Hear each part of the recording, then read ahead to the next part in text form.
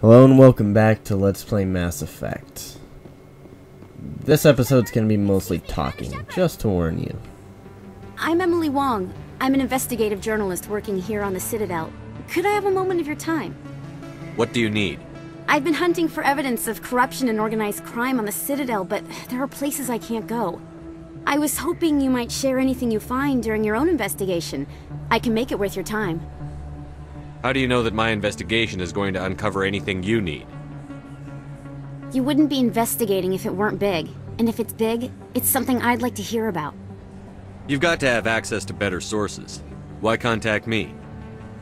I'm using every source I can find, but I think I've got a better shot with you. I've read your file. If anyone is going to uncover corruption here, it's the hero of the Skillian Blitz. How do you know I'm investigating anything here on the Citadel? I'm a good journalist, Commander Shepard. Word gets around. Sounds like a good cause. If I find any information, it's yours. Thank you, Commander. You won't regret it. So yeah, like I said, a lot of talking in this video. We're pretty much going around and picking up quests. She wants us to help her find something that'll give her a news story, blah blah blah blah. So we're gonna do that. And I picked that up right at this point for a certain reason. It is the item that we get for her is actually when you get through one of the main quest lines. So we're going to go work on that. We're going to go meet with Barla, who has a connection with the Shadow Broker that Anderson told us to go see. Also, although this episode is mostly talking, and a lot of these beginning ones have been, I promise you that there's a lot more action coming, so more commentary too. What's this? One of the Earth Clan. Ah, a very famous one, yes? You are the one called Shepard. It is a great honor to welcome the heroes of the Blitz. You've got me at a disadvantage here. Forgive me, Earth Clan. My name is Barla. My job makes it necessary for me to keep informed. I am a financial advisor to many important clients here on the Citadel. When someone as important as yourself arrives on the station, I take notice. I've heard you work for the Shadow Broker. Do you have any information about Saren? You're very blunt, Shepard. But you're right. I am an agent for the Shadow Broker. And I do know something about Saren. I hear your information can be expensive. Normally, this information would cost a small fortune. But these are exceptional circumstances. So I am going to give it to you for free. What's the catch? There is no catch. The Shadow Broker is quite upset with Saren right now. They used to do a lot of business, until Saren turned on him. That's what happens when you deal with a traitor like Saren. No matter what you think of Saren, he's not stupid. He knows the Shadow Broker is a valuable ally. Turning on him doesn't make sense. Not unless something huge was at stake. I don't know the details, but the Shadow Broker hired a freelancer to deal with it. A Krogan mercenary. That's not much to go on. I just told you that the most famous Spectre in the galaxy betrayed the Shadow Broker. Quite a bargain, considering the price. Speak with the Krogan if you want to learn more. I heard he was paying a visit to Citadel security. If you hurry, you might catch him before he leaves the Academy. Isn't it strange that a Krogan would want to speak with CSEC? Very. However, I doubt the visit was entirely his choice. You'll need to speak with him if you want to know more. Tell me more about your job. Galactic finance is incredibly complex. A mix of laws and regulations from dozens of interstellar economies. I'm an expert in how all these economies interact. For a fee, I share my expertise. I also offer premium services for those clients who need someone to conduct business without drawing unwanted attention. Discreet and efficient. That's my motto. Sounds pretty shady. Everything I do falls completely within the bounds of interstellar commerce law. Even so, many of my clients would prefer their transactions remain undisclosed. For example, suppose a Hanar ambassador was petitioning the council to reduce tariffs on Hanar goods. How would it look if he had money invested in a Hanar exporting company? Even if his true motives were to help his people, he would be accused of advancing the petition for his own personal gain. I can keep his personal finances private. Still sounds shady to me. Then we can only hope he will never be cursed with a large enough fortune to require my services. Tell me more about the Shadow Broker. Most people think I deal in finances, but my real currency is knowledge. I trade information, and it has made me very wealthy. But the Shadow Broker is the true master. Every day he buys and sells secrets that could topple governments, always giving them to the highest bidder. Yet somehow he never seems to upset the natural balance of power. All those secrets being passed around seem to even out. Nobody ends up with an advantage in the end. Any guess what his identity might be? I don't know.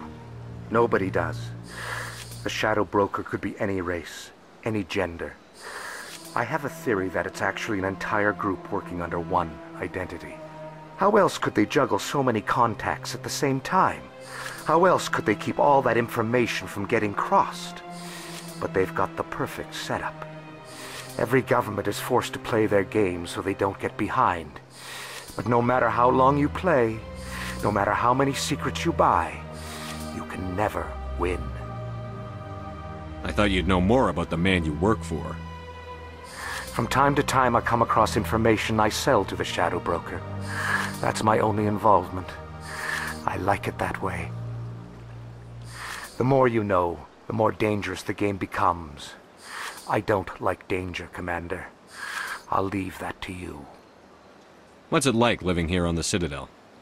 The station is without a doubt the greatest wonder in the galaxy. It is a technological marvel, but its true splendor goes much deeper than the hull and engines. From the Presidium to the wards, the entire station is a testament to the success of the Council. All the species of Citadel spaced together in a single strong community. What makes the Presidium so special? It is the political center of Citadel space. 80% of all intelligent species in the known galaxy acknowledge the Council's authority on interstellar matters. But only the most powerful and influential species have embassies here on the Presidium. This level of the station is reserved for the elite, Shepard. People like us. What are the wards like? The cultural heart of the galaxy. They pulse with the lifeblood of millions of citizens from dozens of different species. You never know what you'll find out in the wards, Commander. It's always full of surprises. Fortunately, most of them are pleasant. I should go. Goodbye, Commander. Okay, so we finished talking to Barla, got a couple points from it. Charm is already maxed out, so obviously I'm not going to put anything in there.